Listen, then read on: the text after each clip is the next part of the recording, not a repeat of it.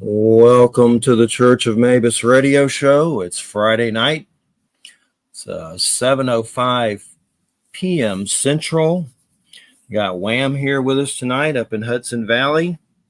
Hey. And, of course, I'm in Florida. And let me tell you, those storms that just came through here, if that was, we always talk about the Ragnarok Thimble winter situation, the Norse situation. That was close. That was like. Was it close? It was freezing outside with tornado warnings at the same time. Like, I've never experienced that in the winter ever.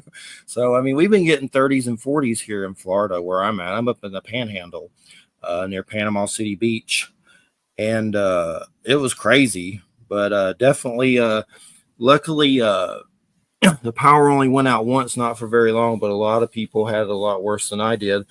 And prayers to them. Some of them are still in shelters and stuff. But I went through Hurricane Michael, and that really sucked. But it reminds you of that when this kind of stuff happens. This wasn't as bad as Hurricane Michael, but it was still bad. But the weirdest part is just like winter. Like, I'm not used to it. It's like a winter craziness in Florida that I've never seen before. So, but other than that, I tried to enjoy it. But was always worried about the power and electricity going off and all that crap because of work and everything. So, but luckily we survived it, and we live on. Last week was Eric's Grimsrud. That was a Nostradamus Mabus show about the quatrains, where he has some pretty convincing things that somehow he thinks Trump means Mabus. He basically thinks Trump is the Antichrist, which I'm sure a lot of people may agree or disagree with that. But it was a good show. And this week, I'm very excited to have Neale Donald Walsch return. The book is Common Sentience, GodTalk, Experiences of Humanity's Connections with a Higher Power.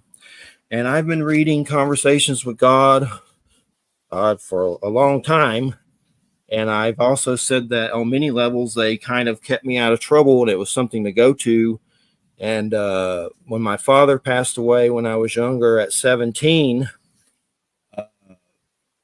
it was 18 or 19. At 17, I went through testicular cancer and went through chemo and all that stuff. And then a year or two later, my dad died, and I went through a divorce and started to have a lot of weird synchronicities and spiritual experiences, what some would call paranormal experiences. And during that time, I in my 20s and above had read, Conversations with God. And I grew up Christian. My father was a preacher. Went to Rabun Gap in North Georgia, some kind of crazy military weird thing where they somehow were messing with like venom for snakes to be immune. Craziness in Georgia religious wise. So this was, a version of God that I felt comfortable with, that when I read those books, I still read them. I have the meditation books. I have the new book. I'm always trying to read them and take it in on some level. I even had my mom YouTube and Neil the last few days. She's 70 and she was watching all your videos and loving it. But anytime I read it, I get goosebumps. And that usually tells me that something's, true, something's right with that. And some of those experiences that I had after my dad died, I saw beings of light, and I may have been him. One of my biggest experiences that I had was here in Florida. Something told me to go outside and look towards my house. I came outside, turned towards my house, and saw two beings of light as if they'd been in my house and went straight up into the heavens. And I don't know if they were angels, people, maybe it was my dad, I thought. But I've been having these experiences, and here we are at year 17 with Neale Donald Walsch, and we've had, nuclear physicist Stanton Friedman on about UFOs, Robert Salas, Air Force pilot Robert Salas, who reported UFOs coming to his silos at the base he was at. He's still enlisted and put out a whole book about this, Captain Robert Salas, about UFOs shutting down nuclear silos, and he's still enlisted, so obviously probably got permission to do this book. But basically all these experiences with my dad dying and that trauma, and I think trauma brings on experiences, and it grew to doing the show, and here we are. And that's why I like God Talk so much, because right now things feel really crazy in the world. Like, I don't know if they're shooting us, foreign nations, with lasers to manipulate our emotions, but things just feel crazy, like on so many different levels of discomfort. So it's good to, Neil, that you wrote this book. I know it's your 40th book, but I'm glad to do a positive show because these kind of stories help people. And lately, a lot of people need that help. So what can you tell us about this book and your 40th, being your 40th book? Well, it's my attempt to help people to realize how they can have their own deep and personal and very real and intimate connection with the divine. You know, what's interesting, Jeffrey, is that recent surveys by sociologists have shown that more than half the people in the world, actually 85% of the respondents to a survey taken by sociologists, have said that they believe in a higher power. So there doesn't seem to be too much question as to whether or not, at least among most people, whether there's more going on here than meets the eye, whether there is a higher power, an entity or an essence, an essential essence that some people call God or Yahweh or Jehovah or Allah or whatever word it pleases them to use to refer to that ineffable essence. But while 85% of human beings questioned apparently believe in God, not very many people think that God talks to them directly, or at least know that they wouldn't say it that way. They wouldn't call it that. So, but my experience has been that God is talking to everyone all the time. That is, we are receiving information constantly from life, from God, from the divine essence, continually. But we're calling it something else. Most people wouldn't call it a conversation with God because, frankly, they don't want to be marginalized or ridiculed or made fun of. So nobody says, well, God told me this morning, this or the other thing. So what they call it is, who knows, women's intuition or an epiphany or a sudden insight, whatever word it pleases to use to get away from saying I had a conversation with God. But we're all having the same experience all the time. And so this publisher called me. Normally, as an author and I've written a few books, Jeffrey, normally I write a book and then I try to find a publisher who will put it into print and distribute it, try to find a publisher. But in this case, the publisher called me and my phone rang one day about a year ago. And it was a publisher who said, would you write a book for us? First time I was ever offered an invitation by a publisher, sight unseen, out of the blue, to write a book. I said, what did you have in mind? And they said, we'd like you to write a book about how people could move closer to having the same experience that you claim to have had in your life. How could the average person have their own conversation with God? I said, you know what? I'll be glad to share with you the process that seemed to work for me. So I wrote the book, and they titled it God Talk. And it's about how people can talk to God and how people can hear God talking back to them. So that's what the book is about. Thanks for asking the question. And I've noticed, like on Facebook, like sometimes me or Christina, our friend, will share something about God, and then definitely if it has like something Christian on it, people will start going nuts under it, like just being kind of rude. And I mean, I understand being angry at that religion on some level. I get it, because I mean, we have my mom and sisters went through some abuse from a family member that was a preacher. So I understand, people being upset about religion. And then when I shared your stuff, just positive. So that was a good thing to see that, when's it start? And everybody's, there was no adverse reaction. And I know one of the first things that God said to you was, you got me all wrong. And you've said that to everybody on some level, how religion is kind of like,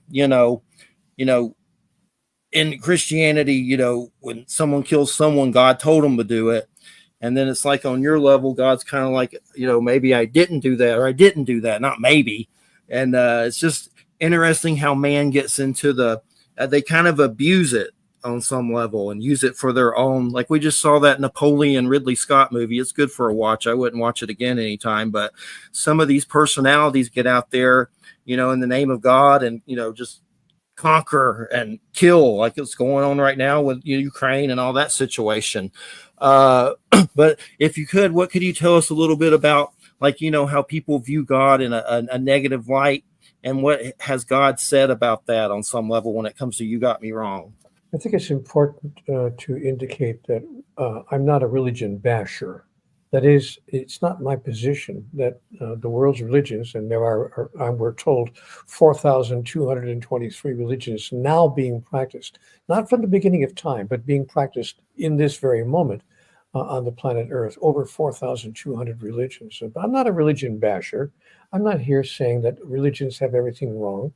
The fact of the matter is, most of the world's religions hold a great deal of wisdom, wonderful insights, lots of clarity, or they wouldn't have lasted as long as they've lasted. So but the challenge of religions, as I see it, is that, number one, they do contain some mistakes in doctrine and dogma. Number two, they appear to me to be incomplete. That is, they don't have the whole story, leading me to ask the question, is it possible, just possible, that there's something we don't fully understand here about God, about life, and about ourselves, the understanding of which would change everything? So that's the question I started off in dealing with God. Let me explain, if I could, in just a second or two, how it came to pass that I had that experience. I was moving through a very difficult time in my life. You talked about the difficult challenges in your life at the age of 17, 19, and so forth. I had some difficult challenges as well, but they came in my life a little bit later. I'm not sure whether it's better earlier or better later, but in me, I led a pretty smooth life until I was around 45 or 48 years old. And then suddenly, Jeffrey, everything began falling apart. I lost my relationship with my wife. We parted amicably. It wasn't a bitter parting, but we agreed that it just wasn't working. We probably should live apart. Fair enough. But 5 days later, I lost my job. I was a radio talk show host on a national syndication, and the corporation was losing money and they had to lose some overhead. And so I was the last person hired. So I had no seniority, last in, first out. And the boss even said, the program director said, I hate to lose you because you're one of our better guys, but seniority rules the roost. And so I got to let you go. I lost my relationship and lost my job all within a 5-day period, but that wasn't enough. Jeffrey, the universe had a triple whammy in store for me. I'm driving to an appointment for a job interview. I'm sure I'm going to get this job because I've got all the qualifications. On the way to the job interview, an elderly gentleman turns left in front of me, makes a left turn, smacked right into my car, and it wasn't a fender bender. He totaled my car, and I wound up with a broken neck. I wind up being raced to the hospital. They get me over there, and I will never forget the wording of the hospital examination form. It said I had suffered an avulsion fracture of the 7th cervical vertebrae posteriorly. Well, but a 3/4 inch avulsion fracture. Jeffrey, a 3/4 inch break in your neck. We're not talking about a hairline fracture. We're talking about a break in your neck large enough to put a pencil through. And when I woke up from the anesthesia, the doctor leaned over the table and they put stuff in to close up the gap in my neck. But the guy said to me, you know what? I've been doing this kind of work for a long time. 95% of the people who come in here with a break that severe in their neck die, if they don't die instantly, because of spinal cord complications. But you managed to survive. Not only did you survive, Mr. Walsch, the others, the 5% who don't survive such a severe accident, are certainly usually paralyzed from the neck down. You suffered neither consequence. He leans over the table, Jeffrey, and he says to me, looking into my eyes, so what are you going to do with the rest of your life? Because you've been given an incredible once-in-a-lifetime gift. So I'm thinking, my golly, oh my gosh. So I go back to my little, I had managed to find a little, one-room apartment on top of somebody's garage just to get out of the house, to give my soon-to-be former wife a spatial break. So I'm living in this little one-room apartment on top of a friend's garage. But I couldn't, I couldn't figure out what's going on. So and I wound up and I couldn't give the guy the rent he was asking for. Finally, he said, "Hey, friend or not, I got to ask you to leave. But I'm used as a source of income for our whole family. We have to ask you to leave." Now, Jeffrey, I'm living on the street. I have nowhere to go. I have no money. I have no job. I have no income. I've used up my savings, and I'm living on the sidewalk. That went on for a year of my life. 1 year living on the sidewalk, sleeping on the concrete, going from person to person with my hand out, asking if they had any loose change or anything they could spare so that I could eat that day. So I know what it's like to be out there going from person to person, begging for enough money to buy some food, and trying to, you never know what it's like to losing your dignity, your human dignity, until you've got to go into a restaurant and beg them to use the restroom because they see you coming in. You're obviously a street person. You don't look good. You don't smell good, obviously. And the manager comes right over to you. "Please, not here, not here. Please, please leave. Don't panhandle." I said, "I didn't come here. I didn't come here to panhandle. Honest, can I just use the restroom?" You got to beg a manager of a restaurant for a place to use the toilet. That's when you know you've lost every shred of human dignity that you once had. And I went through that. Finally, I got a little bit back on my feet, and I'm now once again in a little apartment someplace. And I woke up at 4:30 in the morning. I'm sorry for such a long story, but I wanted people to understand Okay. where I'm coming from. I wake up at 4:30 in the morning, and I'm furious with life. I'm furious with God because I always believed there was some kind of a higher power. I'm not sure I knew much more about it, doctrinally speaking, but I knew there was more going on here than meets the eye. So I'm sitting on this guy's secondhand sofa that he put in this little apartment, and I'm writing an angry letter on a yellow legal pad that I had on the coffee table. I'm writing an angry letter to God just to get it off my chest.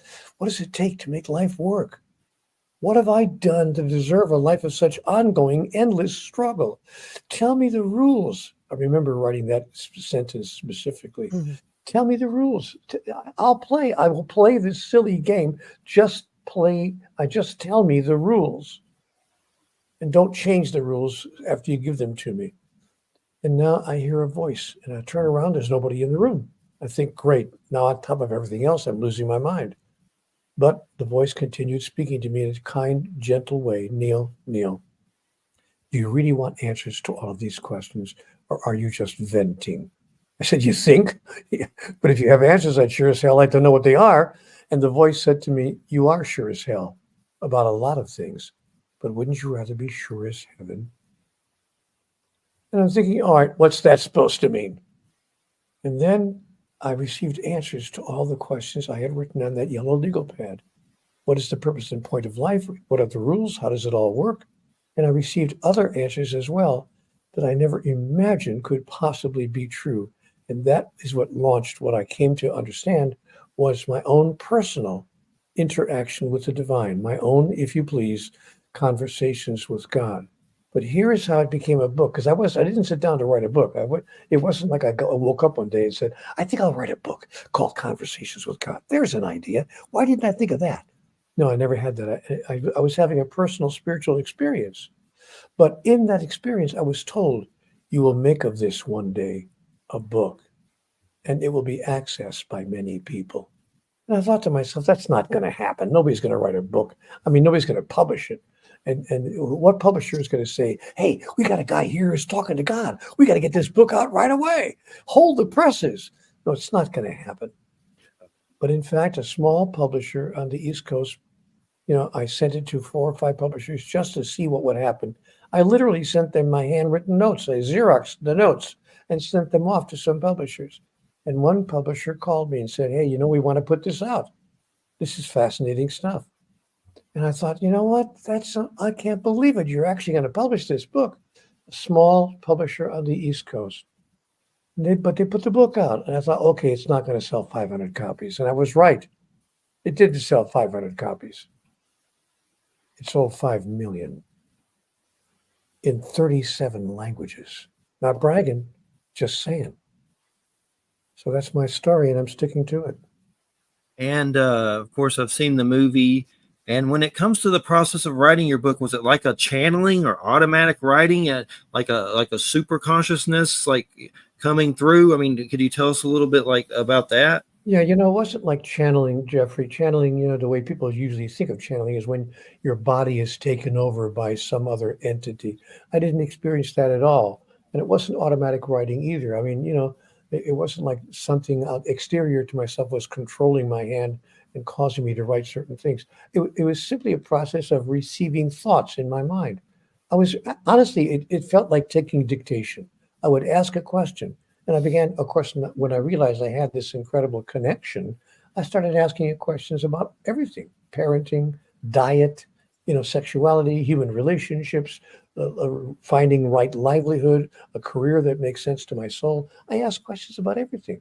And I would receive answers instantly. So I simply wrote down what I was hearing. It felt like I was simply taking dictation. That's how it felt. That was the experience. And finally, when I sent it off to a publisher and they decided to actually put it out, it shocked me. I couldn't believe it. But they did. And it wound up becoming, again, not bragging, just saying, a global bestseller in 37 languages. And when it comes to like the horrors in the world, a lot of I know humans like to blame God easily. We find ourselves doing it kind of like in a weird automatic kind of way. And I mean, there's part of me, I mean, I like comic books. I'm like, I want God to just Superman up and go kick Putin's butt or whatever.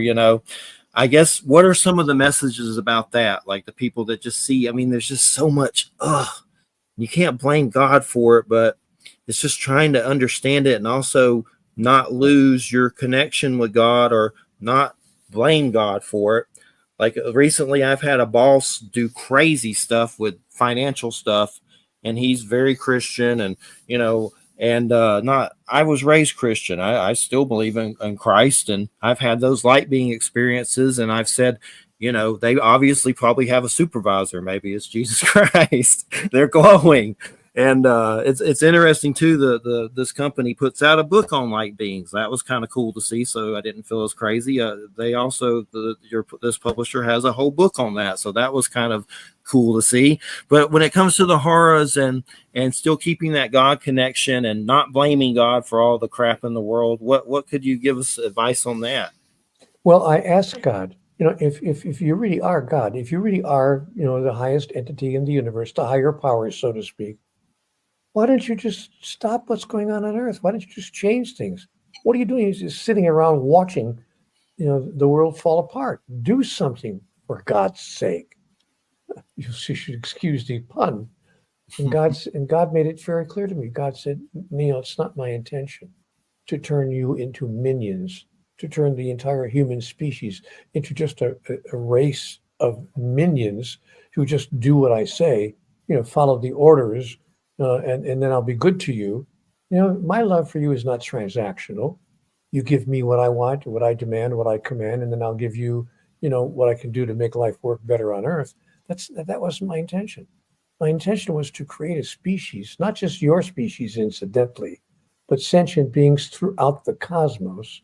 My intention was to create sentience throughout the cosmos and provide them with the power to create their own reality. Therefore, the reason that I don't come in and intervene and stop the world from destroying itself is that I've given you free will, the greatest gift you could give to any sentient being anywhere. That is the ability and the will to determine how it is you want to experience your life. And that's why life is the way you're experiencing it, because that's what you've decided to do. You don't seem to be able to get away from making decisions that are clearly and obviously self-destructive. And I asked God, okay, why? Why? I mean, why don't we wake up? Why would we make such crazy decisions as a group? We've had armed conflict, just to use one example, Jeffrey. We've had armed conflict on this planet for all but 3% of recorded history. So I said to God, what's up around that? I get that you don't want to give us orders and have us be a civilization of minions. Fair enough. But why don't we, what would it take for us to wake up, to evolve and stop, doing what we're doing to ourselves? And God said the challenge, Neale, is that most human beings don't know who they really are. You have no idea who you are, where you are, why you are where you are, and what to do about that. You think that you're your body. You think that you are your mind. You really think that the human being you're seeing in the mirror is who you are. But those few among you, that is relatively speaking on a percentage basis, not numerically few, it's millions, but compared to the 8 billion people on the earth, those of you who know who you are, that you are actually a spiritual entity, that you are a spiritual being using your body and using your mind as tools with which to complete the agenda of your soul. Those of you who know who you are have found the key to creating the experience that you wish to create. Therefore, the process of your continuing evolution as a civilization is to spread the word about that, to share it with as many people as possible. Why do you suppose I've given you this book? And that's what she said to me. And she was very clear when he made his pronouncements in what I have come to call my conversations with God. So the challenge for us is to wake up and to become clear about why we're here and what our purpose being on earth is, and whether we're serving our purpose by doing the kinds of things that are happening in Ukraine and elsewhere around the planet, and not just the wars and conflicts, bad enough, but the economic disasters we've created and the emotional disasters we've created, the racial implications, the racial strife we've seen on this planet for hundreds and hundreds of years. And we just can't seem to get anything right. None of our systems, Jeffrey, are working. Our political systems are not working to do what they were apparently designed to do, help us to get along and cooperate with each other. Our economic systems are not working to provide equal opportunity for as many people as possible. Our social systems are not working to find a way to help us to agree with each other and to disagree agreeably. And our spiritual systems, of course, have not worked from the very beginning to help us get closer to God and to love each other more and more. They've done exactly the opposite.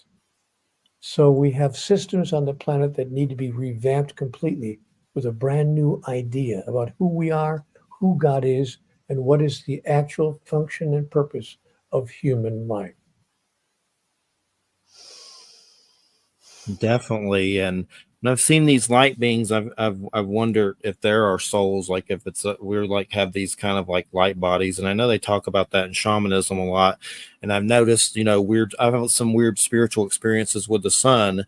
That kind of seems like a divine manifestation of God on some level. I'm not going to say it's completely the sun is God, because with science and gases and all that stuff, but it's definitely something weird that I think our souls are connected to, and these light beings and things like that. And what I've wondered too, with the experiences you've had, has anything visually ever came up, like paranormal or spiritual, that you've seen, or is it always within? I can't say that I have seen anything that we would describe as paranormal, but it has all been within. But I have had internal experiences that one would definitely describe as paranormal. But with regard to the question of whether the sun is God or anything in particular is God, I was told that God is everything. That is, there is nothing that is not God. When people have said to me in a number of interviews through the years and in public meetings and lectures, somebody inevitably gets up at the back of the room and says, okay, Mr. Walsch, what's your definition of God? What is God after all? And I say to them, the very effort to try to define God limits the unlimited. There is nothing that is not God. Everything is the essential essence, the pure energy, if you please, of life itself that I call God, manifesting in a particular form. The question is, do we as sentient beings have the ability to impact, to affect the form in which the energies are being manifest? And the answer is yes. Yes, we do have that ability. We're simply not using it to the degree that we might. But those who have used that ability to impact the form in which life's energy is manifesting have been called saints or sages or gurus or masters, because they have in fact mastered the ability to formulate energy in the way that they choose to see it made manifest in their reality. And when it comes to God talk, is there a particular story or a few that you'd like to share that in different ways that God comes through in those stories? Well, you know, it's interesting. The publisher who called me, as I mentioned a while ago, said we'd like to include some stories from other people because we don't want anyone to think, oh, Neale Donald Walsch is the guy to whom God talks. The fact is, God talks to everyone all the time, according to you, and we agree with you. So we put out a call on the internet. And we literally invited people on the internet. If you have ever had an experience of what you would call divine intervention, please send us your story. And they said to me, they received hundreds of stories from people all over the world. And they picked out 6 or 7 of the most interesting stories and put them into the book. You know, I don't want to necessarily give away what the plot line of those stories, but they are 7 fascinating stories of other people, proving the point that divine intervention is occurring in everyone's life all the time.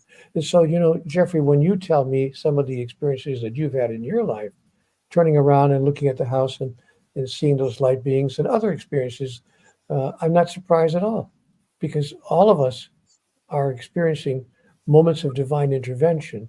But most people, as I said earlier, are simply calling it something else. You know, an amazing coincidence or an extraordinary, event, a phenomenon of some kind. But in fact, it is, in my view, divine intervention, life informing life about life through the process of life itself.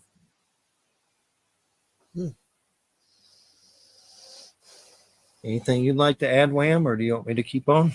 Keep on.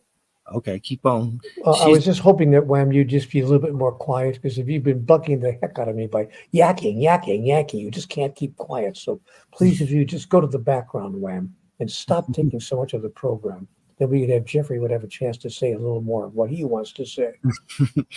Yeah, she jumps in anytime. She's more support for the second hour. That's and I told her to get some topics ready for that for sure. But and as far as another book that the company puts out is Shamanism. That's really cool. A lot of cool titles. I love that subject as well. That's one that's helped me a lot, you know, through the years too. Just that ancient kind of knowledge. So when it comes to I mean, what kind of things are going through your mind lately with God and your communications and connection, just with the way things are right now with everything in the world? Is there something in particular that's been on your mind more? Yes. What can I do? You know, what can we all do actually? Is there anything that we can do, or is it a lost cause? I mean, you know, life on Earth, as we both looked at it here, and you've described some of what you've been seeing yourself. Is there any point to even trying? Is there anything that an average person in life can do to impact the direction in which humanity seems to be moving? Is our movement towards self-destruction irrevocable, or can we somehow do something about it? So that's where my mind has been. And I've been asking God that question. And God said to me, I gave you all the answers. And in book 4, Conversations with God, book 4, I was told directly that this point in time, these days and times, offer us the best opportunity we've ever had as a civilization to evolve, because we are seeing the opposite of who we choose to be rising up before us so dramatically, so powerfully that we can't ignore it anymore. We just can't look the other way and pretend that it's not true. Well, unless, of course, it's about climate change. Then we can pretend that it's not true. We can look right in the face of climate change and say, it's not true. It's not true. They're making it all up. The liberals are making the whole story up about climate change. The climate is not changing. It's not. So, but if it's about the political situation in the world, or other aspects, the economic collapse of half the countries of the world, and all the other problems we see humanity facing, are there things that we can do? And it turns out that there are. And what we have to do is create critical mass.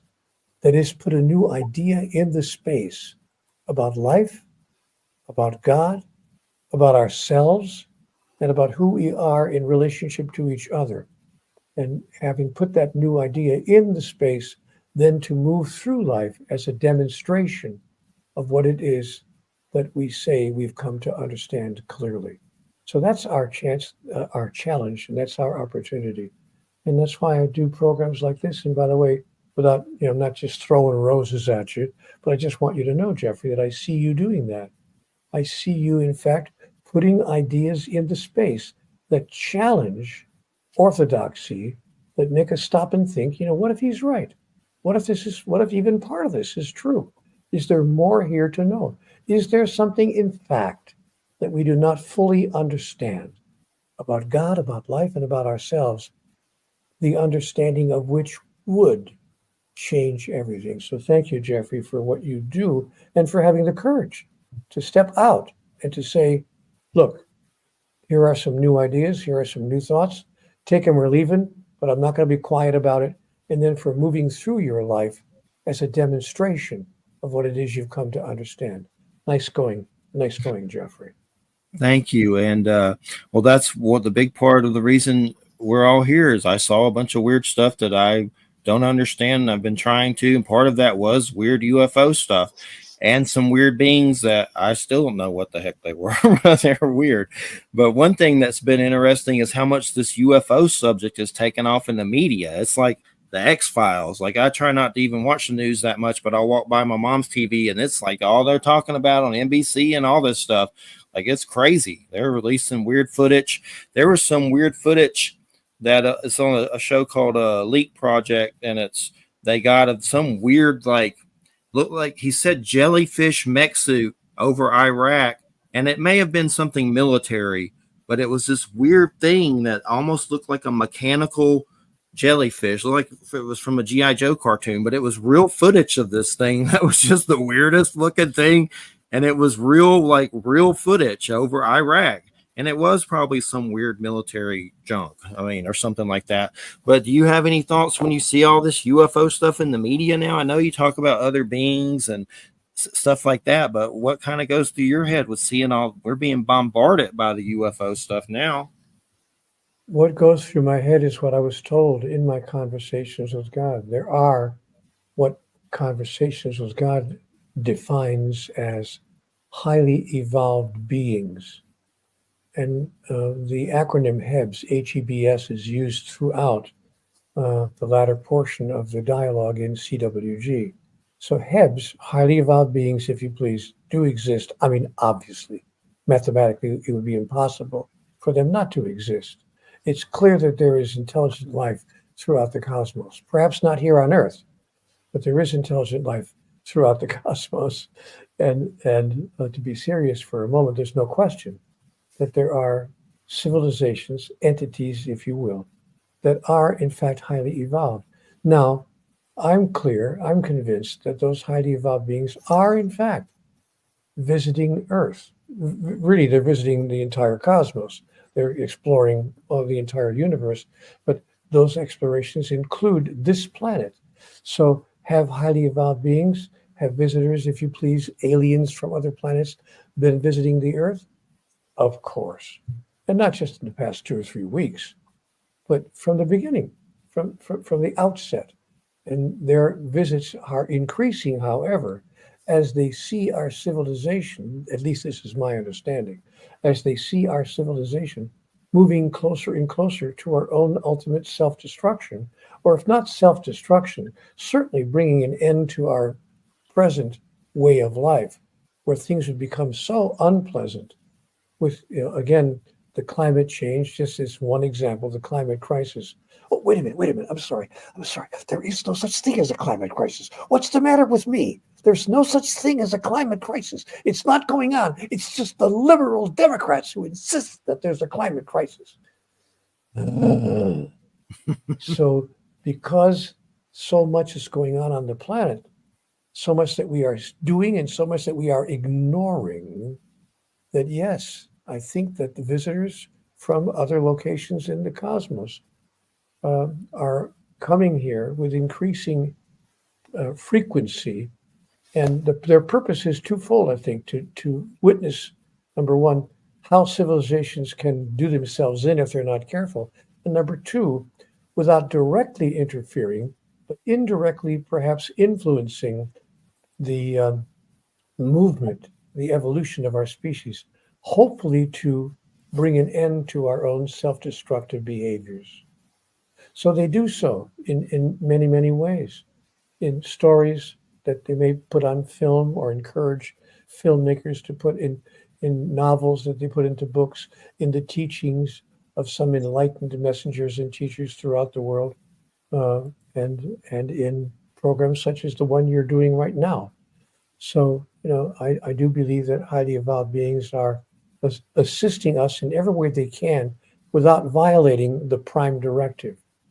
And I think that the prime directive that's talked about in Star Trek happens to be actually operational in the universe, which is that no species is supposed to influence another species in a direct sense by changing the course of events, but is allowed to perhaps produce ideas, thought streams, concepts, and levels of awareness that could assist a species in stopping its own self annihilation. Definitely, and not to get in this too heavily, but we've done shows on the whole Skinwalker Ranch thing, and there's a book by a guy named Chris Bledsoe called UFO of God, and it's in the Christian section on Amazon. If you ever get bored and want to be entertained, look at it, but it's pretty interesting. He claims he can summon UFOs, and they seem kind of like light spears or something like that, but the book has like 5 stars and is doing well.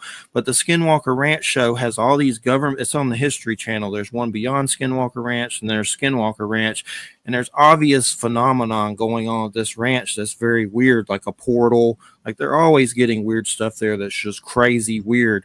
But to close that part out, because I don't want to get into it too heavily, there's all these military people there too, like Colonel John Alexander and Utah head whatever of governor. Like that's why that show's so weird. That's the weirdest show on all this stuff that we're talking about that I've seen ever on TV. That's just creepy because there's so many government spooks on it, and then they're like really talking, getting footage of crazy UFO stuff. So it's definitely, we've reached a crazy point in our history with all this stuff for sure, and the media. And even that show, the last one, ended saying there's a base there and they don't know if the government put it there underground or if aliens did. And they're sitting there with former Robert Bigelow security, and he was someone that bought that ranch a long time ago and studied it for the government and stuff like that. But just basically, just things are definitely crazy when it comes to the UFO stuff lately, for sure. But I think it's only, Jeffrey, to interrupt you, I think it's only a matter of time.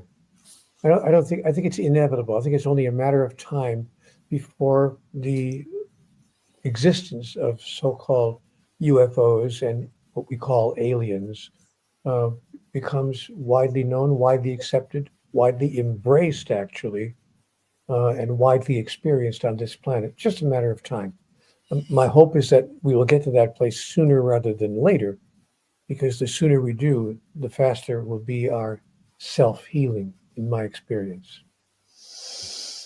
Yes. And I've noticed that with people that I've interviewed that you've read, like I've read your book since, for a long time. And I noticed, like, when you've immersed yourself with someone, then you interview them, you deal with more nerves with that. And another person that I've interviewed is Joe R. Lansdale, who I've read since like elementary school, that writes a lot of fiction.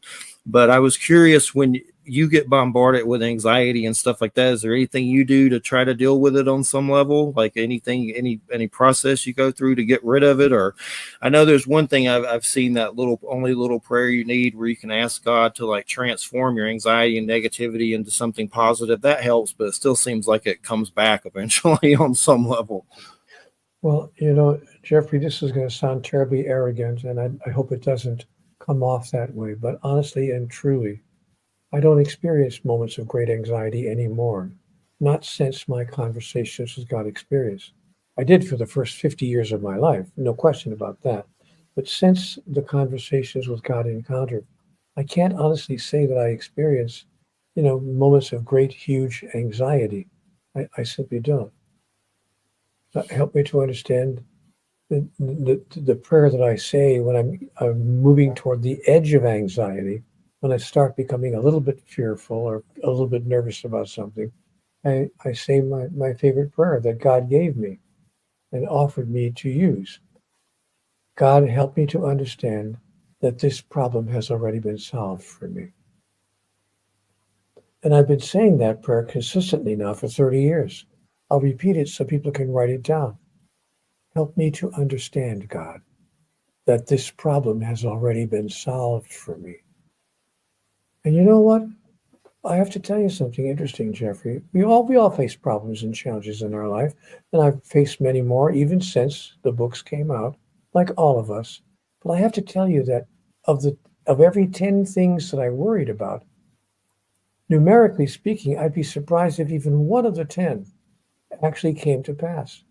Usually 8 or 9 of the 10 never really occurred. Either the problems solved themselves, through a process that was a little bit sometimes mysterious and miraculous, or they were not problematical at all, and I was simply looking at them the wrong way. So I've come to the conclusion, I'm an older guy now, I'm not a young man, but at the age of 80, I've come to the conclusion that worry is simply prayer misdirected. So I simply don't allow myself to worry about very many things. Do I show concern? Yes. Concern and worry are two different energetics.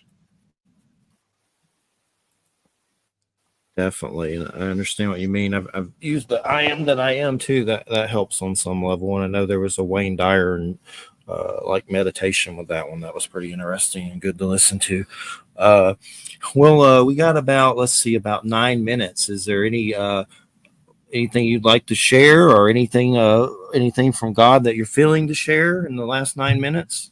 Well, there are two things I could share. Number one, I could share the 6-step process that allows people to have their own conversation with God or move closer to it. Step Okay. number one is possibility. We have to admit and acknowledge and embrace that it's possible to have a conversation with God.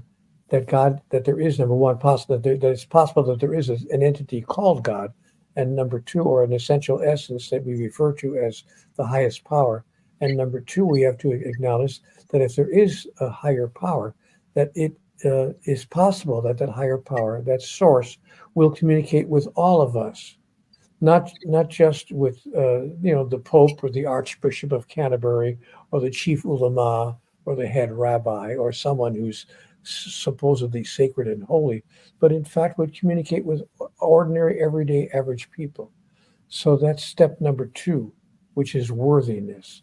Step number one, possibility. Is it possible that God is talking to all of us all the time? Step number two, can I embrace the fact that I am worthy, just as worthy as the so-called sacred people, just as worthy as the so-called spiritual masters, just as worthy as anyone else on this planet to receive direct communication with God?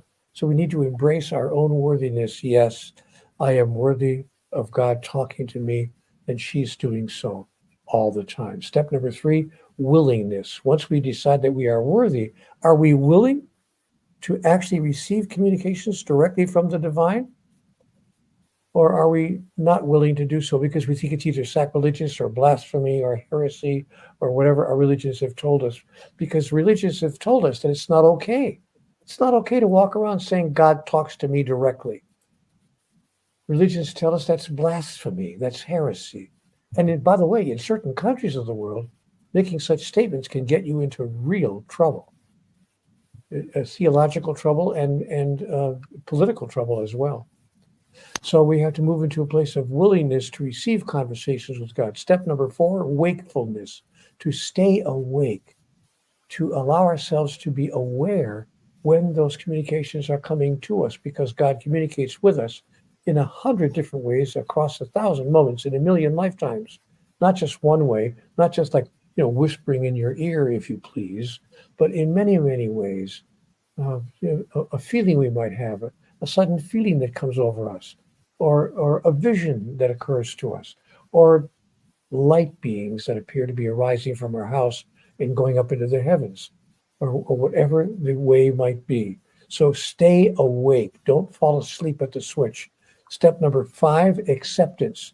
once you receive a direct communication from the divine, do not reject it and say, "Ah, it's just my imagination. Yeah, it's just a coincidence." No, no, it didn't really. It didn't really it have to be a communication from the divine. You know, don't set it aside and pay no attention to it. Accept it for what it is and what it was. And step number 6, discernment.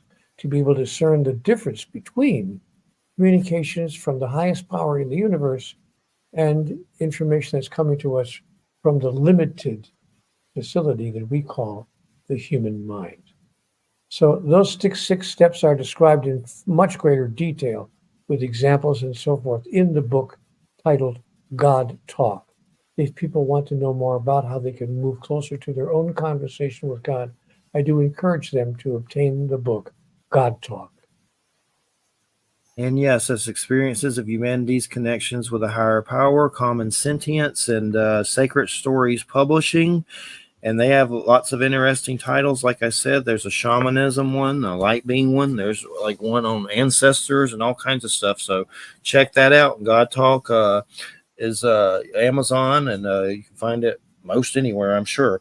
Well, Neale, it's been great. It's a pleasure to have you back on. And is there a website or anything else? And we appreciate it so much. Yes, people can reach me if they want to stay connected to the messages of Conversations with God at cwgconnect.com.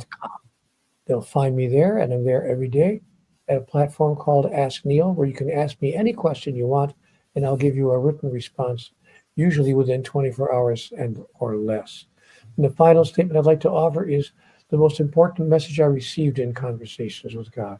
I said to God, "What is it I don't understand? Just give it to me straight." And God said, "Neale, it's really very simple. You think your life is about you, and your life has nothing to do with you. Your life is about everyone whose life you touch and the way in which you touch it. But when you understand that that is what your life is really about, you will come across a larger universal understanding. That, of course, what you do for another, you do for yourself, because in the largest sense, in the universal sense, your life is about you for an astonishing reason. There's only one of us in the room." Well, we appreciate it so much. Thank you, and look forward to your future works. And thanks so much. Thank you, Jeffrey. It's been a joy to be here with you, and I appreciate the invitation. And once again, thank you for all that you're doing. All right. Take care. Thank you. Bye-bye. Bye for now. All right, everybody. You're listening to United Public Radio 107.7 FM New Orleans. And sitting in here with the dogs, and luckily they haven't been having any gas attacks. That's good, because man, I don't know what they do, but to keep the white sage incense ready for that. But what a change of dialogue. Yeah. But I know he's even brought up Seth and something. I think there was something he's been in documentaries where they brought up that kind of stuff. So The Secret and different things like that and stuff. But definitely, man, United Public Radio 107.7 FM New Orleans. And yeah, that storm did come through here. That was freaking nuts. I liked it on some level, but others are like, ugh, didn't. Well, those storms are always a little scary. We get nor'easters here, and at this time of year, they should be sending us snow, and we did get some snow. I guess it was last weekend, Saturday into Sunday. We did get we got almost a foot of snow here, but 3 days later, it was 50 degrees and we were getting rain, and that should have been another snowstorm. So, yeah, climate change.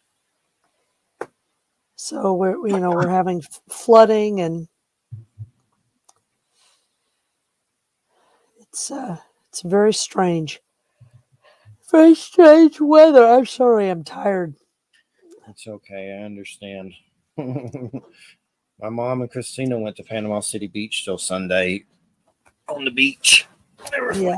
like a hotel deal. So we have an RV, and everything always leads back to the poop highway. Mice, for some reason, have gotten in it, and I had to clean it out. And the mice, there's a field behind here, and the mice situation, they barely get into the main house, but they get into this building and then the RV, and they're vindictive little butt heads. Like, Mice will get into everything. they're They'll get into evil. everything. They'll eat and they'll poop. They eat, poop, and pee. That's what they do. They will ruin. They don't care. I swear they don't care. The weirdest thing is they got into. I don't like using that little green poison crap because I know it can hurt other animals, but I don't really know what else to do when it's that bad. And it's almost like it's better off just to not put anything there for them because they break into the bags of that stuff and eat it like suicide kamikaze Jim Jones mice. That's pretty strange. And then what happens? Do they like die?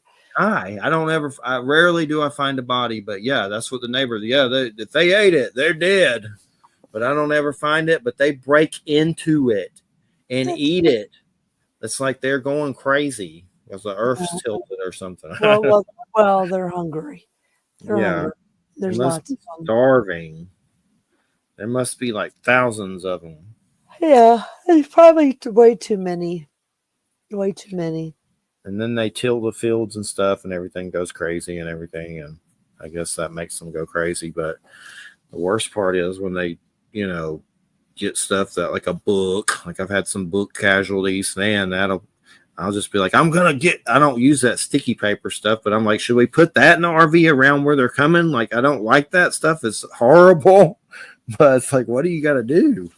They're Yeah, crazy. I They're know. crazy. I've lived in places where there were lots of mice, and you just have to, the only thing that I was able to do in this one place where I lived was I had to just meticulously, I don't know if you can do it in a trailer because trailers are different, than buildings. But the only thing I could do is I went with a friend and we went meticulously, like literally like inch by inch in each room to find each place where they were getting in. And we just like cocked or stopped up, you know, found ways to block their ways of getting in. And then on top of that, I just took care of it. I just started house sitting cats. Didn't have a cat of my own at the time, but when people were out, on vacation, they could bring their cat over. And so I just had this series of cats, and that sort of helped a little bit, you know, Yeah. keeping the mice down. It We're was just crazy. we were gonna bring the cat into the RV and just let it be in there to put its scent in there a lot, but not leave it in there, but just like let it visit, put Yeah. it around some and stuff like that. But who did I get? I know I just sent you the schedule and I just added Penny Bradley, which is like some uh, secret space black ops lady that's been Oh, on a lot of. really? I just added that. I know you're there for that. I just wrote Andy and called him. He's going to pick a date soon. He asked for the date, so February or March. I know I want to get Bill and JC Kusulis. Am I saying it right? Kusulis. I don't know. They I wrote don't them. know. It's Bill and JC. They've been on and they're friends with Andy. They wrote it like a Mothman. I always have trouble with his name, so he'll understand. But I'm trying to get them on because they're doing more studies with trauma and paranormal stuff, like the trauma side of it and everything. And just trying to get people on. Things are weird with publishers. Like sometimes they just ignore you when you work with them for years. Nothing bad happened. I guess they decide they ain't doing it no more or whatever. Yeah, Just, it's hard. It's hard knowing what's going on. yeah, and sometimes they seem kind of cold. Like at least say something.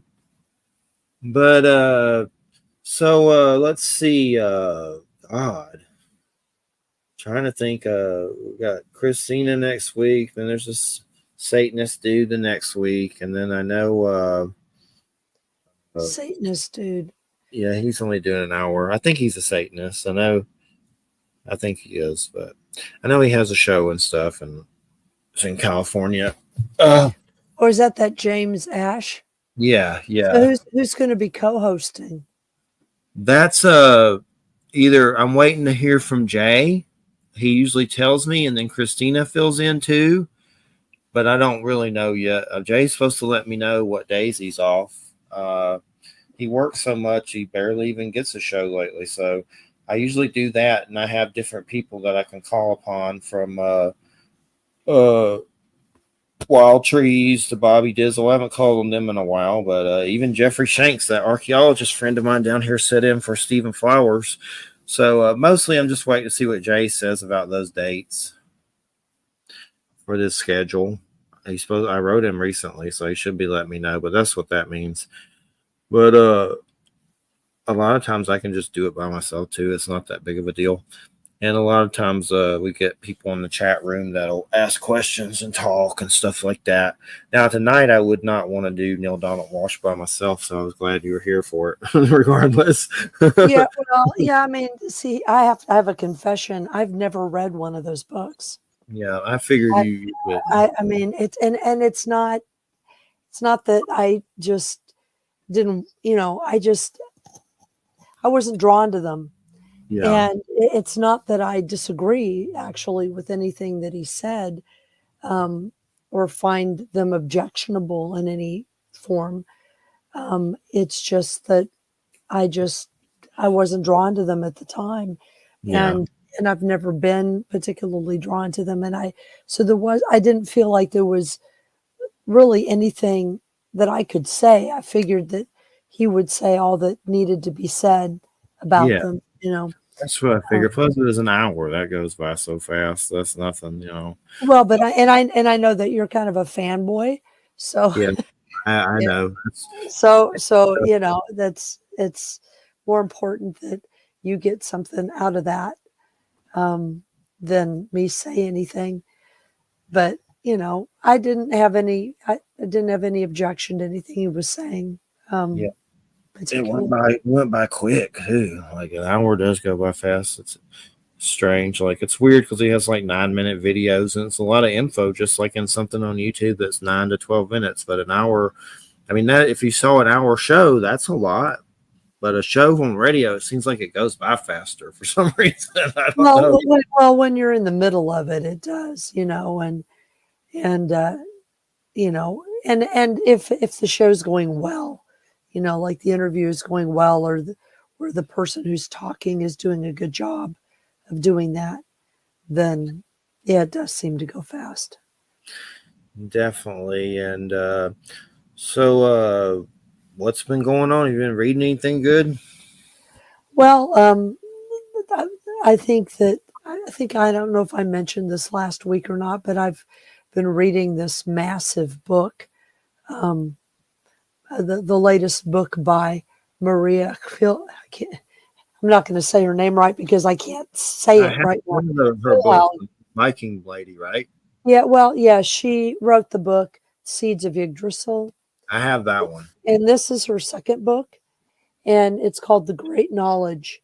Um, um, Kingi Stories of Sather and Initiation. And basically, what she's done is she's gone through. These are based on a series of uh, presentations and Patreon things that she did, and it's massive. I mean, look how thick it is. But basically, what she's done is she's gone through um,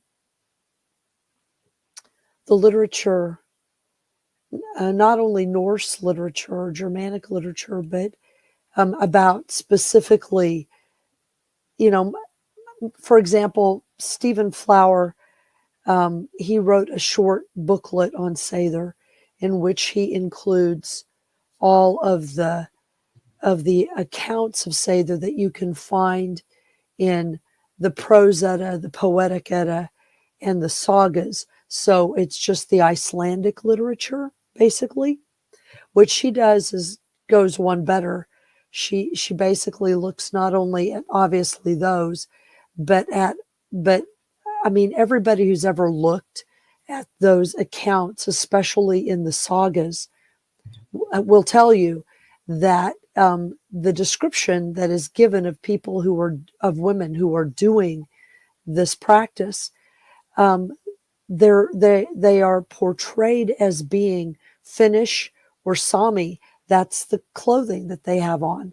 And so what she did was she, using current techniques of anthropology, she went through and exhaustively went through all of the accounts, not only of, I mean, obviously of Icelandic stuff, but of in the last 500 years of people who have collected accounts of Finnish people, Sami people, Scandinavian people, Germanic people, um, or Lithuanians, Latvians, everybody that's sort of in the Northern European Baltic area, who were doing similar kinds of things.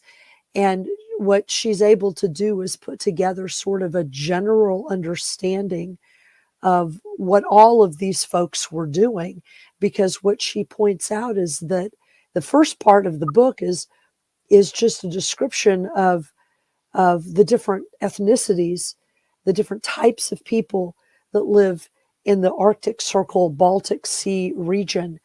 And what she points out is that even though you have, Germanic people and Slavic people and Indo-Europeans and Uralic people, the Sami and the Finnish, you have all these different kinds of people. The fact is that genetically, when you actually look at them genetically, you can't really tell the difference between these people too much. You've got like 4 different language families and a bunch of ethnicities and different identities, national identities. But these folks have been hanging out with each other and, having sex with each other and eating each other's food for like, 2,000 years. And so they shared a lot of the same practices.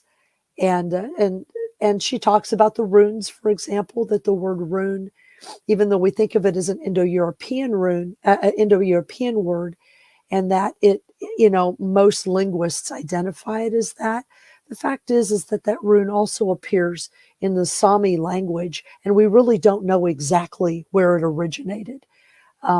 So it's a fascinating book about kind of extending our understanding of what might be about what we might think of as the Northern tradition, not just the Norse tradition, but sort of a larger tradition that the Norse tradition was a part of, that encompassed, the Arctic and Northern Sea and Baltic Sea regions. So that's it's interesting because that's sort of the angle that I've been going in lately in my own life. And so the fact that she wrote this book about it is fascinating. The whole first 70 pages is about Sami stuff entirely. It's about Sami shamanism. Ooh, how long's this book been out? This one? This one, it's been out. What year do you know? Oh yeah, I'm gonna look. It's real recent. This came out or It 20. Let's see. I have to get it because I have another one. I've only looked through the. It's 2022 or 2023. It's pretty recent. I have the Seeds one and I didn't read it yet, unfortunately, but it looks very cool.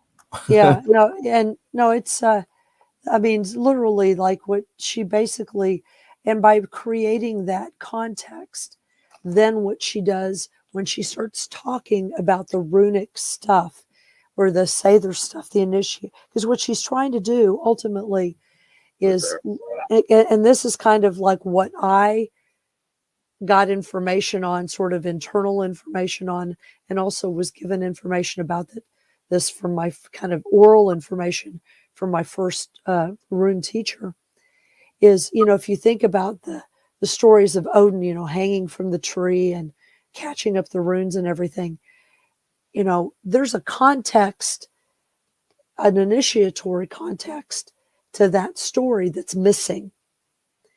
And she argues, and I've always argued this. It's always nice when I've had an idea about something, but then somebody else comes along and says the same thing, but they have all of the evidence. You know what I mean? So that tells me that my intuition was good. Yeah. But basically, the reason why, I mean, there's actually several stories of Odin's initiation, but the reason why the one of him hanging on the tree was focused on is because it's the one that most resembled, and this is only true in the Anglo-Saxon tradition, it most resembled that of Christ. So it could be used as a launching point for conversion, and that's what sort of has made it, made it sort of be foregrounded in the literature. But there's obviously a context to it that's behind that story, and so that's what she's been trying to get to. And what's interesting to me is that about, I don't know, it was maybe about 7 years ago, I was doing a vision quest, doing a retreat, and part of what I got out of that were a series of very short auricular stories where Odin, my connection to Odin, was talking to me and explaining to me like some of the context, some of that background to his story about hanging up in the tree. And I was given a series of stories about that, which kind of recast ways in which Odin has been seen. And so that he's much more similar. And then later on, I came across Anglo-Saxon material that showed that some of those intuitions were correct. But anyway, some of the stuff that she has in this book further validates some of that interior gnosis that I got. So that's part of the reason why I've been digging the book. You know, I've been really sick, so I haven't been able to read. I read like little chunks of it and then just sort of sit with it because there's a lot there. But this is the book I've been sitting with lately. Actually, Nice. I'll have to get that for my collection for sure. So I have it. But I have a lot of Norse books. Some of them I've read, but I also have a lot of those like Norse like oracles and stuff. There's some really good ones out there. Like I have even some weird old ones that are kind of hard to find that are Norse that I've gotten from eBay and stuff like that, collecting them. But yeah, I mean, another book that you might find interesting. I know I've mentioned it before. Hold on just a second. Berserker, Berserker, Berserker. And this is actually for your people too. Is this book right here? It's called Trolldom. Trolldom, Spells and Methods of the Norse Folk Magic Tradition. Now, there are two books named Troll. There are two books called Trolldom. This is the one to get. The one by Johannes Bjorn Gerbeck. There's another one by some chick named Maria Sylvia, and it's crap. It's just crap. It's terrible. But get this one, Trolldom. What it is, Trolldom. Troll, yeah, Troll and DOM, Trolldom. And this book is basically what it is it's an outline of folk. It's out of the mostly Norwegian, okay, but there is some Swedish stuff in it, but it's mostly Norwegian. But it's got all of this terminology in it. It's like a spell book, and it's very traditional. It dates, I mean, the stuff in it is old. It dates from the Middle Ages up through the mid 20th century, and all kinds of spells. But is it BJORN, Bjorn, like that? That's Bjorn, Johannes Bjorn Gerbeck. Is that BJORN though? Yeah, Bjorn. That's enough to find it. That's I put Trolldom and that Bjorn. That's That sounds awesome, though. I'll definitely. No, it's got, I mean, for people who are looking for like the real Norse stuff, and this book is so similar to the kinds of stuff that like my first rune teacher was telling me about. Very similar kind of approach. The terminology was a little different because it was in a different language, but the word trolldom comes from, well, it comes from, that's the current term for in Old Norse with the term Jotner, which means giants. And so the idea behind this is that this magic is old wisdom that is based on the wisdom that giants, the old primal forces of nature, control, and that's so that's kind of like, there's the story of Odin, an initiation story where you don't really get the whole story. You just get a little of it, where he goes to this well where there's this giant named Mimir who lives underneath the well, and Odin gives his eye in order to have some of the wisdom that Mimir can bestow upon him. And so the giants are understood to be sort of a source of this knowledge. But this book has great terminology in it. It's got like I love it already. It's got all the categories of magic. They're the categories of divination. There's Tidur and Spadum. Then the various types of spells. The Bota, that's the category of curing, healing, and restoration spells. Formulas for love, sex, and relationships. And then there's a whole section, of course, on destructive spells. What are the spells like in it, though? Is it like grab a piece of oat and a piece of rose and a rat foot, or what? Well, some of them are, but some of them are like for example, here's a real good one. This is an example of if you're having trouble getting an erection. Oh my goodness. Okay. I know. And literally it's actually this is a Finnish spell. But it was spoken in Swedish, and it made its way into this. So you can read it either that's got the Swedish here, or it's got the English. But what you do is you don't have to do anything except you're speaking to your member. You're speaking to your dick, and you Necromancy. you say, up with your nose, cock, be horny, watch over hot springs, over hairy, narrow troughs, get in at midnight hours, put the dick far in at night, let it come by morning. And you're supposed to say that until it works. and it's in Swedish, it rhymes.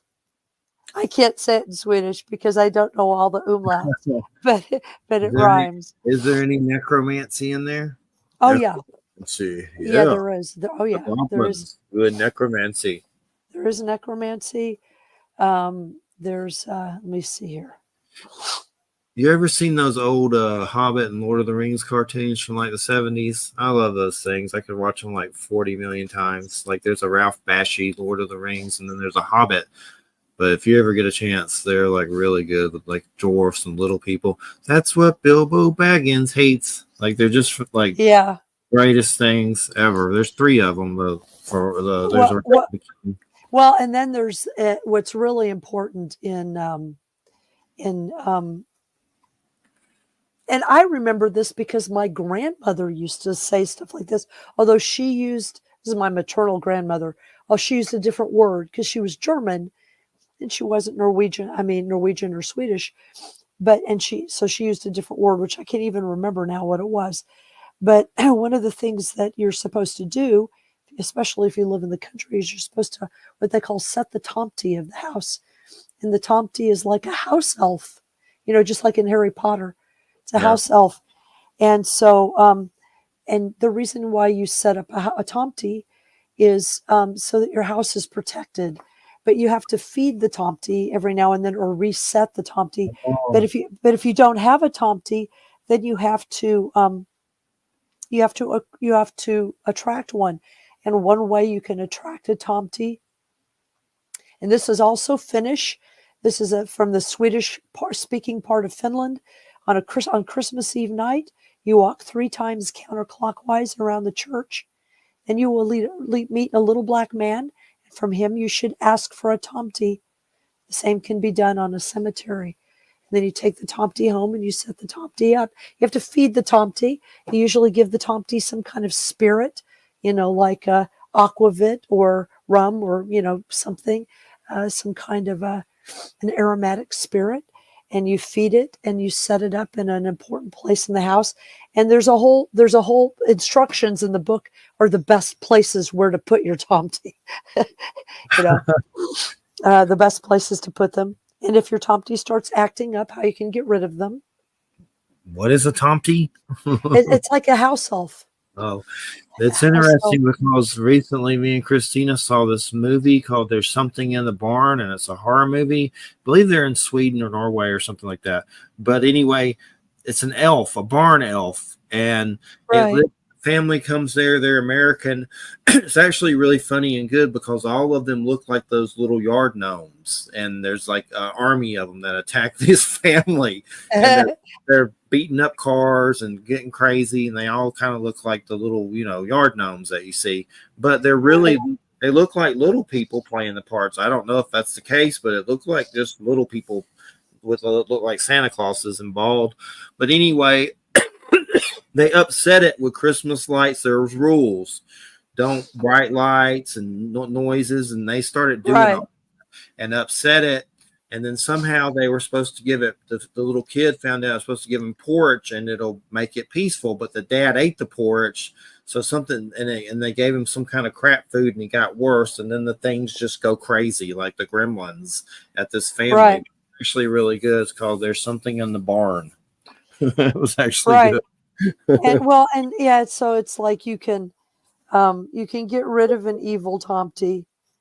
You can buy him out. You take 3 old coins. The coins are tossed into the place where he is residing, with the words, "Here is your dissolution," and then he is forced to leave.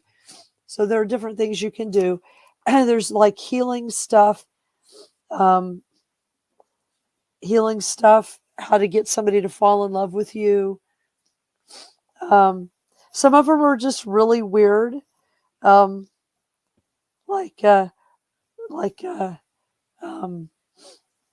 love and for ruling the will of naked ladies. Wow.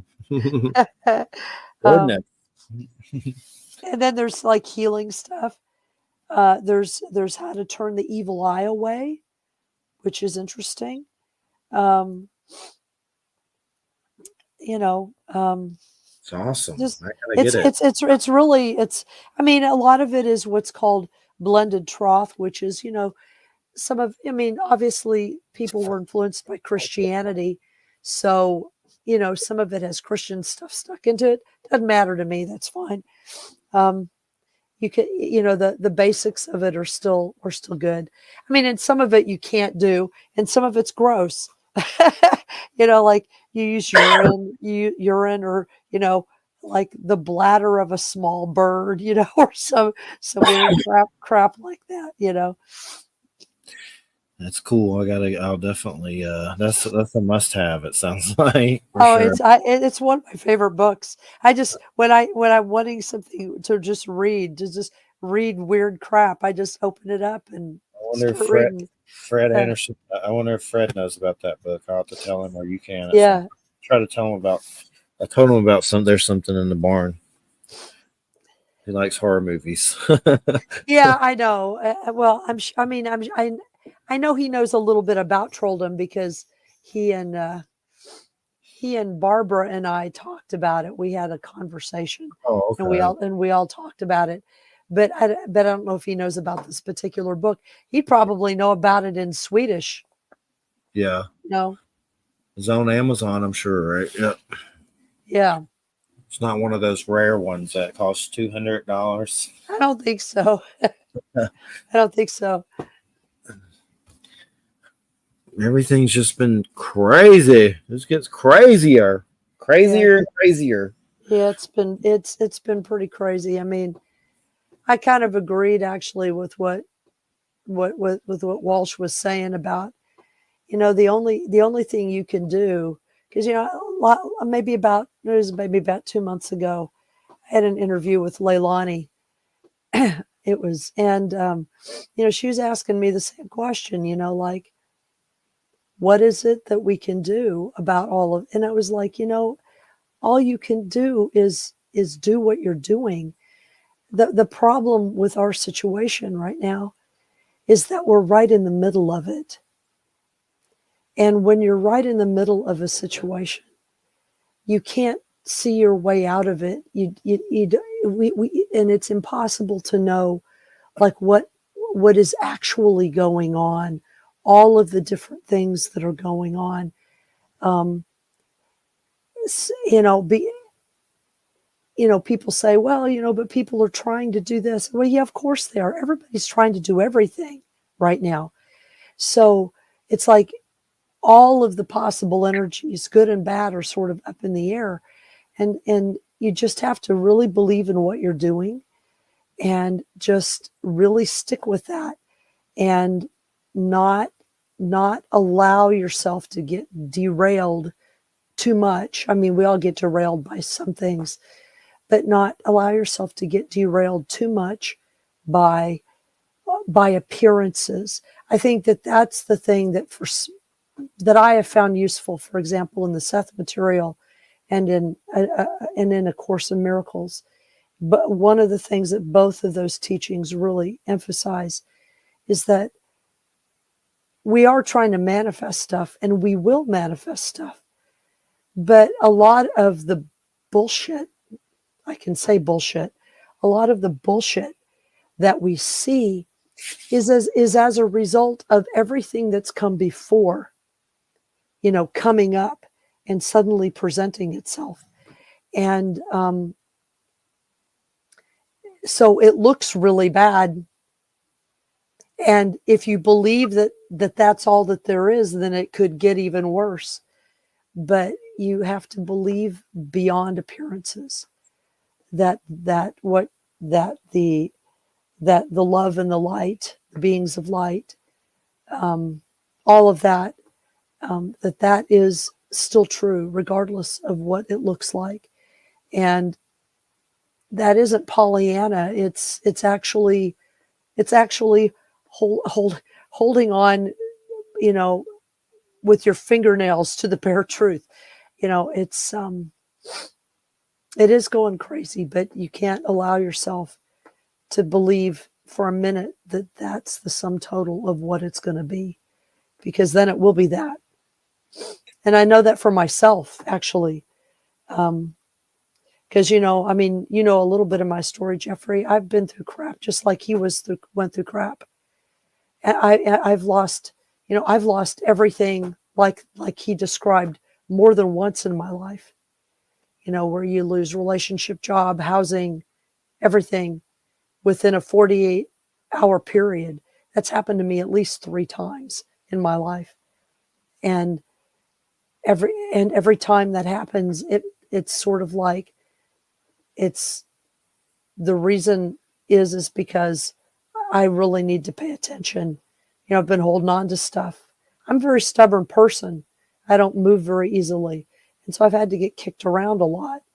And, in this latter part of my life, I've learned that it isn't necessary for me to go through those huge crises like that, like I used to go through. It doesn't mean I still don't go through crises. I do. But, and we all will. But I don't have to, and I can actually ask now, the universe, God, whatever, can ask now, don't need to pile it all on me. Let's just kind of do it as we go along. You know what I mean? It's like there's no necessity for me to have my ass kicked anymore. It's Yeah, it's just I've just had my ass kicked enough, you know.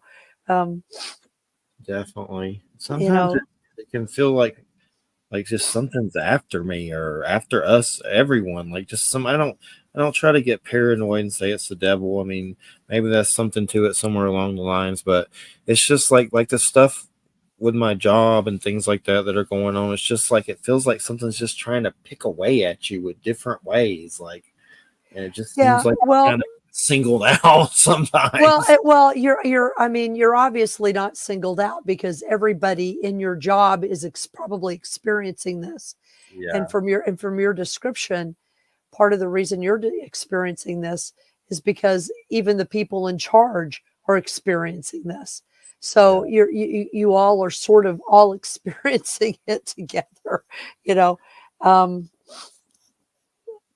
and what the reason for that is, I don't know. That's something that you're all sort of participating together in that. Um, but and then it's like the old computer that I usually use for the show. The little adapter starts messing up, and I'm like, okay, right. that's great. Neil Donald Walsh this week, but luckily this computer I got it, and just stuff like that. Little pain in the ass things that seem like you're targeted, but it's everyone. Everyone goes through it, but Yeah, yeah. I mean, in Sufism, we have this thing where um, it's like it's called there are two names of Allah. One is Kabid and one is Basit. It means contraction and expansion.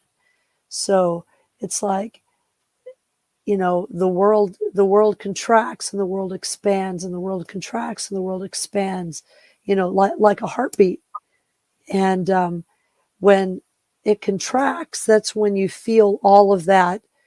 That's when everything seems to be closing in on you, and it's crunching you, and things get very narrow and very intense, and then it will expand again and open up. I mean, something happens. I mean, even in your own life, even though all these things are happening, the fact is that you're still keeping on somehow.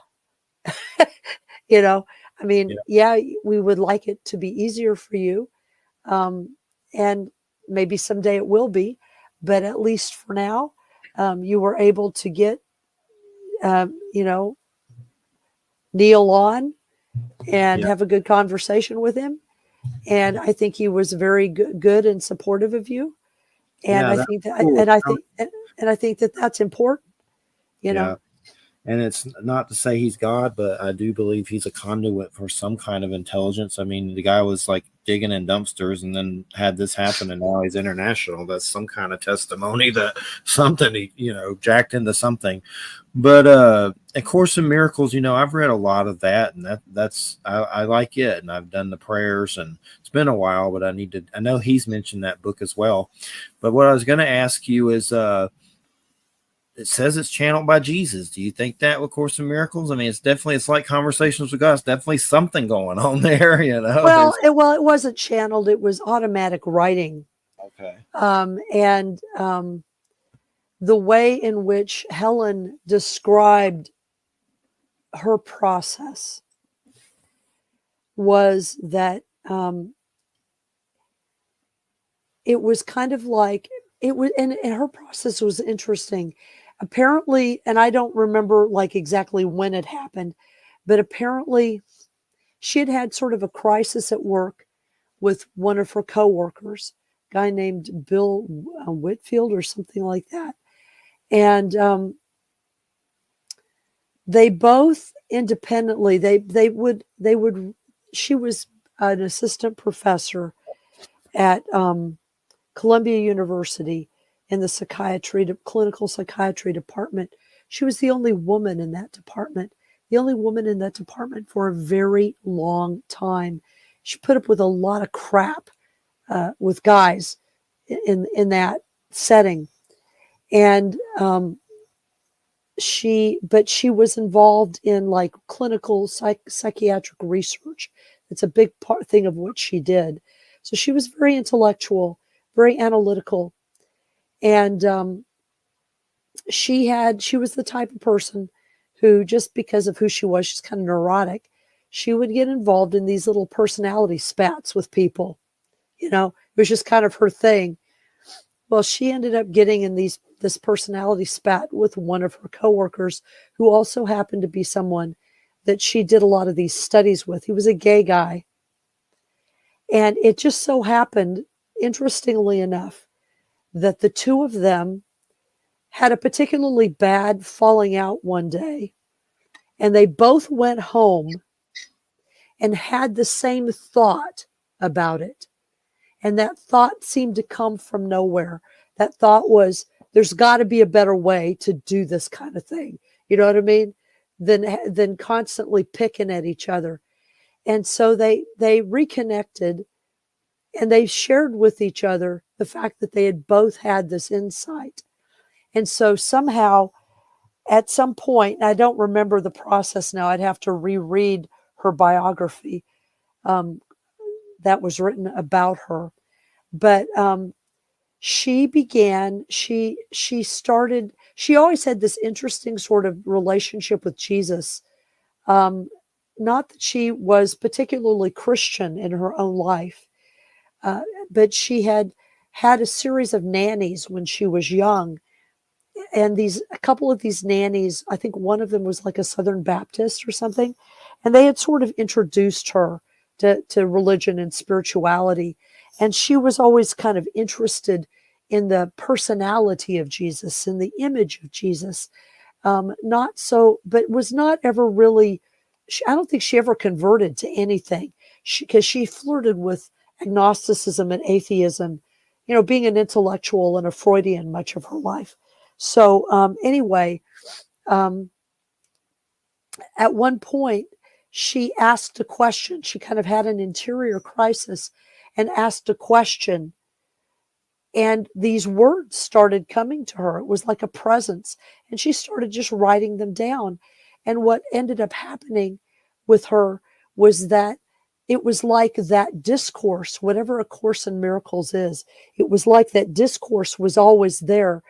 She didn't always write it down, though. She would write it down until she got tired, and then she'd just put her pen down and walk away. And then the next time she decided to sit down and write, it would pick up right where it had left off. And it could be days that had passed between. Yeah. And it would just pick up. So it was automatic writing is what it was. And the copy, the sort of the official copy of A Course in Miracles is not exactly what was penned. Once her manuscript was finished, and there were a few corrections that were made that were grammatical corrections, where Jesus or whoever was talking did run-on sentences, you know what I mean? And so they just sort of, tried to make them a little bit more grammatically, sound. There were I don't know, like 50 copies or something of that particular version that were made and that were sent out to people. One of whom happened to be whoever the son of Edgar Cayce was. Can't remember what his name was right off the bat. But he was running the Edgar Cayce ARE Center at the time in the 1970s. And he received a copy of that version of A Course in Miracles.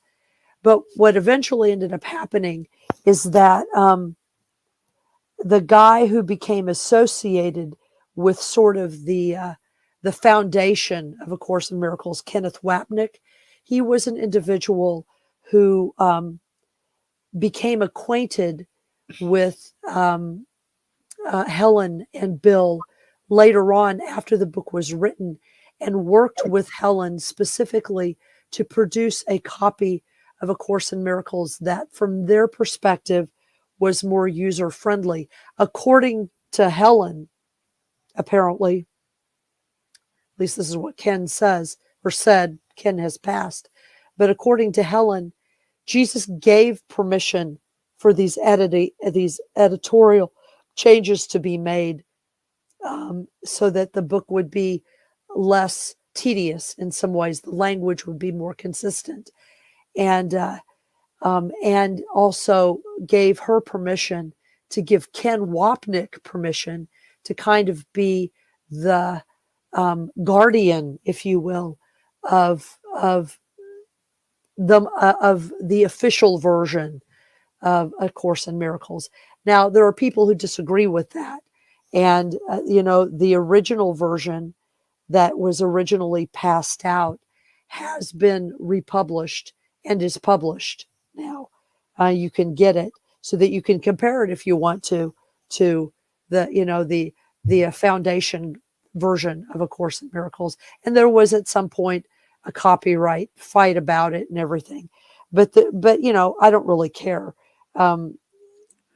Because that's why it's called A Course in Miracles, not The Course in Miracles. You know what I mean?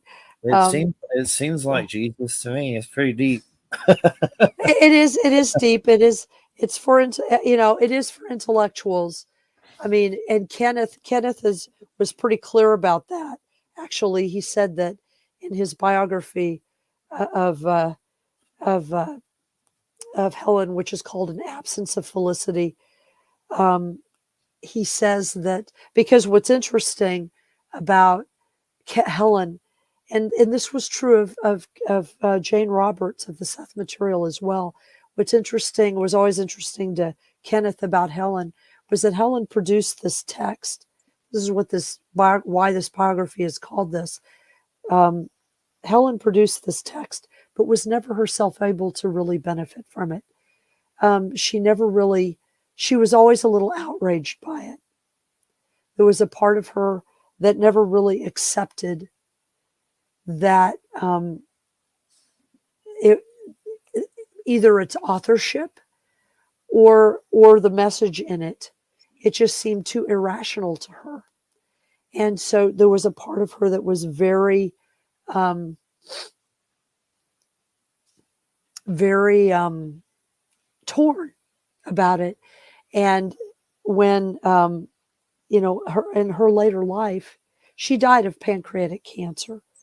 And she died of a very painful pancreatic cancer after several years of suffering. I mean, seriously suffering. And she, was pretty open about saying that she felt that probably this pancreatic cancer and her suffering was brought upon her.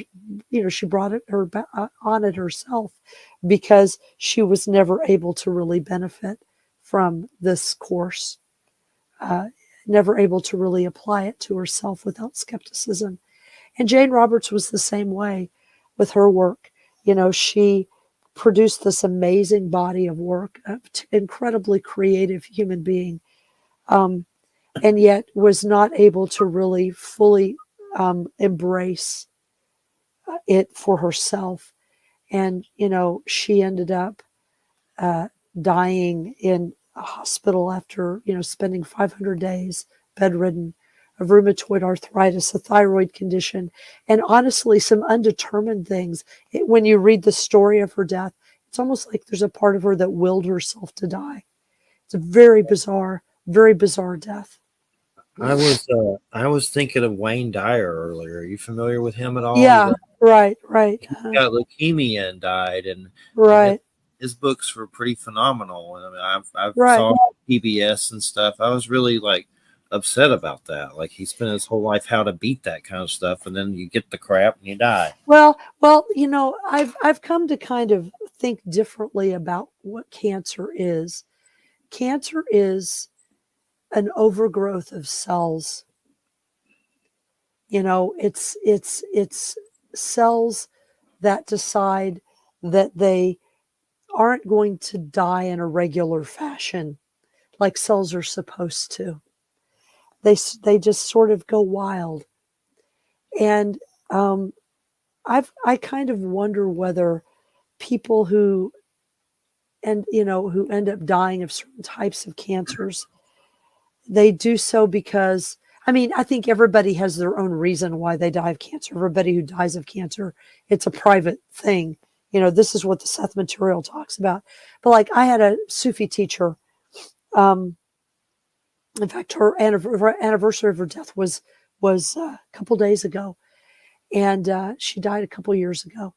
And she was an incredibly transcendent human being, one of the most amazing human beings I've ever met. She was one of those people that, I don't know, there are people that you meet in your life that there's this energy that just comes off of them, this power that comes out of them, and that they have something. You know what I mean? They've encountered something. They know something. But so she was an incredibly advanced human being. But she developed, one of those brain cancers that you can't heal. You know what I mean? That take over your brain and kill you. Ugh. And she decided to regard it. She did an initial radiation treatment just to shrink it a little bit, to give herself a little extra time, because it was inoperable. And so the radiation was only going to like stave it off for a little bit. So there were some affairs that she needed to get in order. There were some things that she wanted to finish. So she did get the radiation treatment so that it would give her a few more months so that she would be able to do that. And so she spent the last months of her life, the last 18 months of her life, traveling, saying goodbye to people, saying goodbye to things, learning how to live with it, being very aware of what it was doing to her brain, what it was doing to her body, and being very accepting of it, allowing it to happen, helping people, deal with it. Eventually it stole her ability to speak.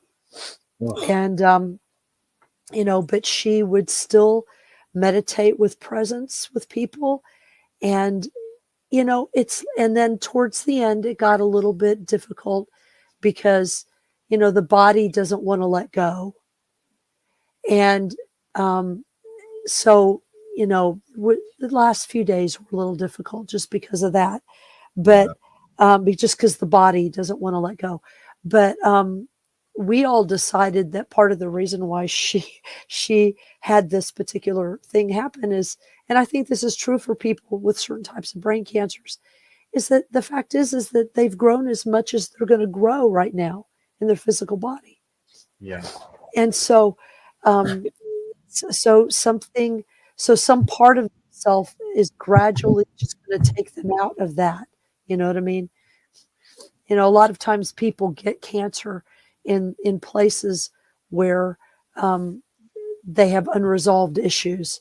Like my father, he was just diagnosed. I don't know if I even told you this. My father, who of course I have not had contact with I did have some contact with him, I guess, in 2019, but I haven't had sustained contact with him for 30 years. But he has just been diagnosed with a terminal liver cancer.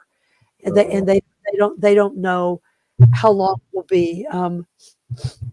He's refused treatment because it's terminal, and he has so many other health problems that it just seems ridiculous to try to push it out. And so he hasn't gone into hospice yet, but it's just a matter of time. But if you know Chinese medicine, you know that the liver is the root of anger.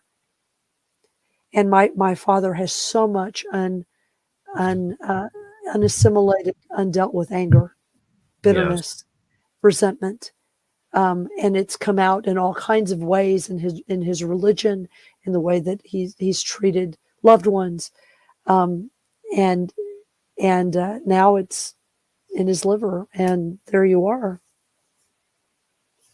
Yeah. It's not. I mean, I don't wish him I don't wish him any suffering.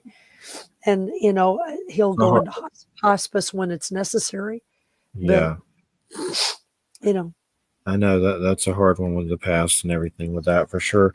With my cancer, it was weird because my neighbor behind me got testicular cancer, an older man, and then a lady down the street got some kind of cancer. So I wonder if it was some kind of environmental weirdness that Yeah, it might be that too.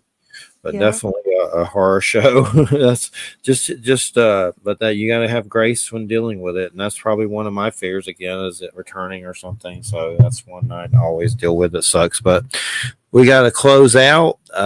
It's been great, Wham, and everybody. I want to thank you for listening. United Public Radio 107.7 FM New Orleans. Remember, we have a Facebook Church of Mabus group. You just put in Church of Mabus, the Church of Mabus, I think, and then it like says paranormal Bigfoot something.